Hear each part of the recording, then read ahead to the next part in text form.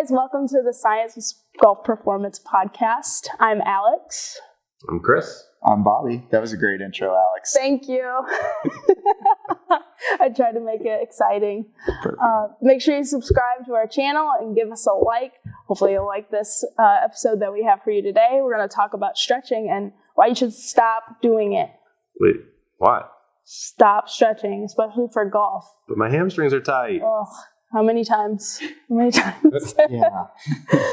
So, yeah, a lot of us see on a daily basis, whether it's on Instagram, in-house, I'm tight. I need to stretch this muscle. I need to stretch out my biceps. I need to stretch out my hamstrings. I need to stretch my back. Yeah, stretch those biceps out. That's how I'm going to get more mobile. That's how I'm going to get more range if I just do some stretching, right? That's what we hear. But we're here to talk about how that's not the best way to meet your goals, to get more range in your golf game or your golf swing. So the research that I know of is that static stretching, right? Like the holding of a stretch is not beneficial in lengthening the muscle at all unless you're holding it for like 2+ minutes. And even then you're not getting the benefit of long-term mobility needs. So I actually did some research on this Okay, today. there you go. Oh, I have plenty, don't worry. So I just wanted to be able to argue with Bobby is really why I did that.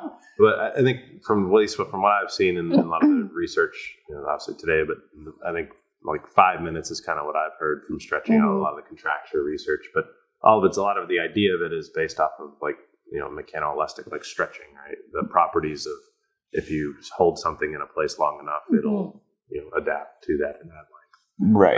And that's talking about like plastics and wood and other materials that aren't living. Right. And there's some studies like on rat tendons and those sorts of things and viscoelastic properties and such. But I just read that word. No idea what that means.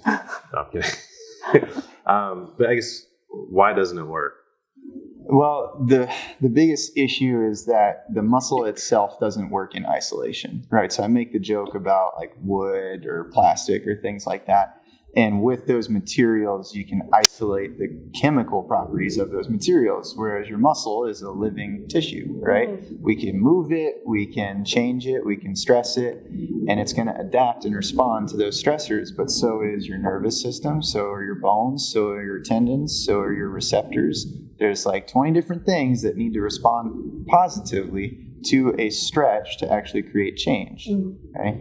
Now, the other thing with this living tissue is it actually takes a very, very long time to do so. So, yes, 2 minutes can improve range of motion in a lot of the studies, but to actually change the length of the muscle tissue, people are put in casts for months at a time. Yeah. Right. Well, I think a lot of the changes that you see short term are more neuro and sensation driven. Exactly. As opposed to actually lengthening. Yeah.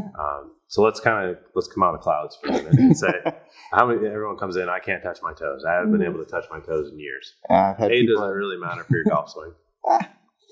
Arguable, right? Maybe. It depends on how bad it is. Yeah. If you're scratching your kneecaps, maybe. If you're touching your shoelaces, you're probably doing okay. Right. Yeah. Now, obviously, we talk about getting in the gym and deadlifting and those sorts of things. Right. Much more important. But what's the most common reason you guys see why someone can't touch their toes? And if stretching is not the fix, what is?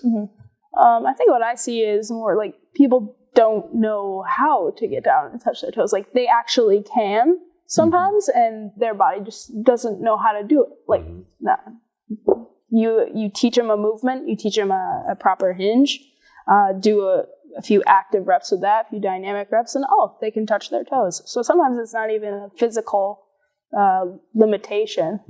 I think if you're at home right now and you can't touch your toes, lay on your back, take your belt off, put it on your foot, and pull it up. If you can get at least like 70 degrees, you should be able to touch your toes. Exactly. Yeah. You're the person that Alex just described. I think that's a lot of the people we see, right? That's the vast majority of people that come in.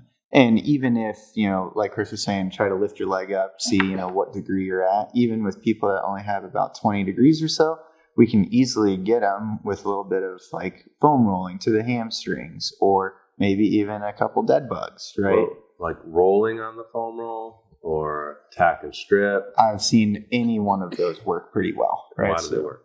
Well, going back to all of those receptors that are in the muscle, we're going back to the clouds now, right? So if I work on those receptors and I get those receptors to calm down, whether that is finding a tender spot in the muscle and holding it, whether that's rolling up and down a few times, whether that's finding the tender spot and then stretching the muscle, we're kind of alleviating. I thought we can't stretch the muscle. Oh, okay. Like pinning it and then kicking. So moving that muscle along. See, I wanted to argue it. That's fair. Always. Sorry, Alex, you're in the middle of this. Always in the middle of this. Right. So if we do any of those types of techniques, most of the time we can calm those receptors down and we can start to improve the health of the tissue as it relates to the nervous system, right? So your body will stop feeling so threatened by the movement. We'll ease it off, and then we can get, even 90 degrees with a lot of these people. Now, you get off the ground or get off the table, you still have that movement, but then when you go to some of the drills Alex was talking about, and you kind of have to relearn how to use that, because when was the last time those muscles had been interacted with that way? Something tells me that's going to be in the mini-series. Yes. Oh, lots of fun there.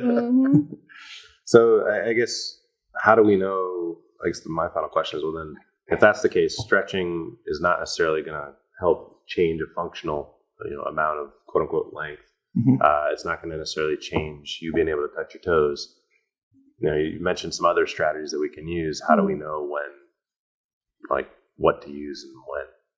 Well, my first question is always, if you've been stretching and you still can't touch your toes, we know it hasn't worked for you. So why are we doing it? Right? And that's where we want to assess where that person is. And we have various different tests that can see, is this a hamstring problem? Is it a glute problem? Is it a core problem? And for any of our areas where mobility might be lacking that we're trying to stretch, you might just not be working on the correct muscle, right? And we want to make sure that the muscles you're working on are actually going to affect that movement, right? Or is it even a muscle problem? Right? It might not be. I think that's the big thing, right? I think whenever you have a tightness, or you feel like you lack mobility, it's one of three things, right? It's a joint problem, like structurally you're banging into something. Right. It's a tissue problem, which we've kind of talked about. Mostly. Yeah. Or it could be a stability motor control or basically a brain problem, exactly. Call it, where your brain's not going to let you go. So especially in our senior golfers, we see it a lot where they go to touch their toes and they just kind of fall forward. Like they could be standing with their heels against a wall and their butt would not push into the wall at all. They just try to fall forward. And so their brain's response is, don't let Joe fall on his nose. So that's why they can't go down.